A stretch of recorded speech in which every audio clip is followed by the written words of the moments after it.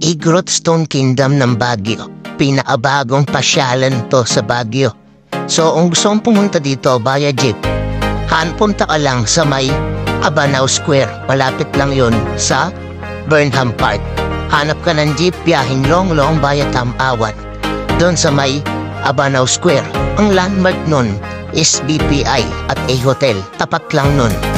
14 to 20 pesos ang pamasahe, 20 to 25 minutes yung biyahe. Kung magta-taxi ka, medyo pricey mula dun sa mismo town proper kasi inabot kami ng 120 pesos mula dun. May entrance dito na 100 pesos at meron din discount ang mga PWD at senior. Yan ang makikita mo kung mahilig ka mga Instagrammable picture. So yun, hindi siya ganun kalawak pero paangat siya ng paangat, so handa mo yung binti mo. Hindi na kami nakaangat sa pinakataas kasi yun nga, medyo mainit na. Tanghali kasi kami nagpunta. Enjoy your trip, kita kits!